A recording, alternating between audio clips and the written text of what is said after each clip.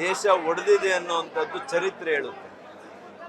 ಒಂದ್ಸಲಿ ಒಡೆದಂತ ದೇಶವನ್ನ ಮತ್ತೆ ಎರಡನೇ ಸಲ ಒಡೆದಿದ್ದು ಕೂಡ ಯಾರ ಕಾಲದಲ್ಲಿ ಅನ್ನುವಂಥದ್ದು ಚರಿತ್ರೆ ಪುಸ್ತಕ ಕೊಡ್ತೀನಿ, ಬೇಕಿದ್ರೆ ಓದ್ಕೊಳ್ಳೋದು.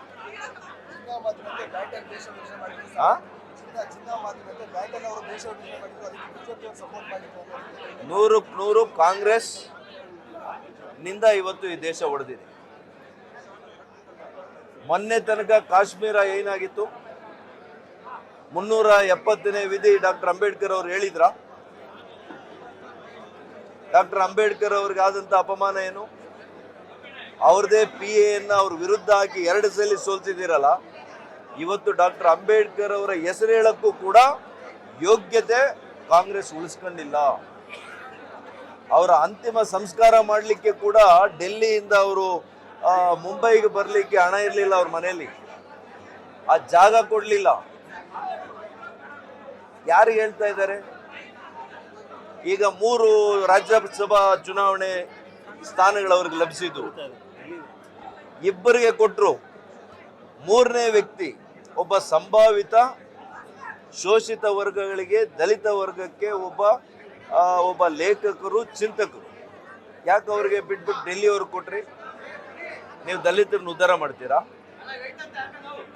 ನನಗೆ ಆಶ್ಚರ್ಯ ಆಗ್ತದೆ. ಅಲ್ಲಿನ ದಲಿತ ನಾಯಕರುಗಳು ಒಬ್ರು ಕೂಡ ಚಕಾರ ಎತ್ತಲಿಲ್ಲ. ಏನ್ರಿ ನಮ್ ಕೋಟ ಮಾತ್ರ ಚೇಂಜ್ ಮಾಡಿದ್ರಲ್ಲ, ಇಷ್ಟು ಜನ ಮಂತ್ರಿಗಳಿದ್ದಾರೆ, ಏನ್ ಚೀರ್ತಾರೆ? ನಾನು ನೋಡ್ತೀನಿ ಸದನದಲ್ಲಿ ಮಾತಾಡಿದ್ರೆ 4 ಕಡೆ ಮೇಲ್ಕೆದ್ದೇಳ್ತಾರೆ ಭೂಮಿಯಿಂದ. ದೇಶ ಒಡೆದಿದೆ ಅನ್ನುವಂಥದ್ದು ಚರಿತ್ರೆ ಹೇಳುತ್ತೆ. ಒಂದ್ಸಲಿ ಒಡೆದಂತ ದೇಶವನ್ನ ಮತ್ತೆ ಎರಡನೇ ಸಲ ಒಡೆದಿದ್ದು ಕೂಡ ಯಾರ ಕಾಲದಲ್ಲಿ ಅನ್ನುವಂಥದ್ದು ಚರಿತ್ರೆ ಪುಸ್ತಕ ಕೊಡ್ತೀನಿ, ಬೇಕಿದ್ರೆ ಓದ್ಕೊಳ್ಳೋದು.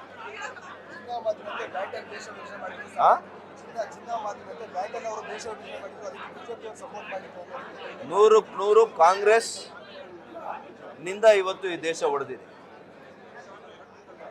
ಮೊನ್ನೆ ತನಕ ಕಾಶ್ಮೀರ ಏನಾಗಿತ್ತು, 370ನೇ ವಿಧಿ ಡಾಕ್ಟರ್ ಅಂಬೇಡ್ಕರ್ ಅವರು ಹೇಳಿದ್ರ? ಡಾಕ್ಟರ್ ಅಂಬೇಡ್ಕರ್ ಅವ್ರಿಗೆ ಆದಂತ ಅಪಮಾನ ಏನು? ಅವ್ರದೇ PA ಅವ್ರ ವಿರುದ್ಧ ಹಾಕಿ 2 ಸಲ ಸೋಲ್ಸಿದಿರಲ್ಲ. ಇವತ್ತು ಡಾಕ್ಟರ್ ಅಂಬೇಡ್ಕರ್ ಅವರ ಹೆಸರು ಹೇಳಕ್ಕೂ ಕೂಡ ಯೋಗ್ಯತೆ ಕಾಂಗ್ರೆಸ್ ಉಳಿಸ್ಕೊಂಡಿಲ್ಲ.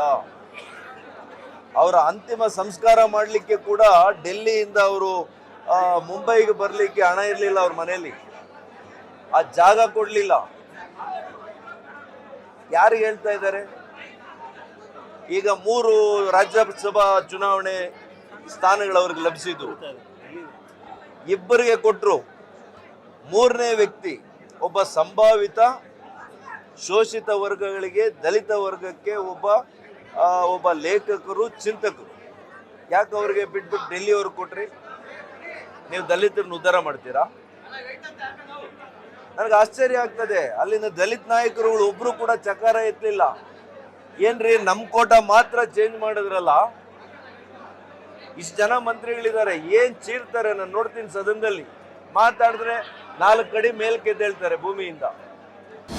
ಅನುಕ್ಷಣದ ಸುದ್ದಿಗಳಿಗಾಗಿ ವಿಸ್ತಾರ ನ್ಯೂಸ್ ಯೂಟ್ಯೂಬ್ ಚಾನೆಲ್ ಸಬ್ಸ್ಕ್ರೈಬ್ ಮಾಡಿ. ಹೊಸ ಸುದ್ದಿಗಳ ನೋಟಿಫಿಕೇಶನ್ಗಾಗಿ ಬೆಲ್ ಐಕಾನ್ ಕ್ಲಿಕ್ ಮಾಡಿ.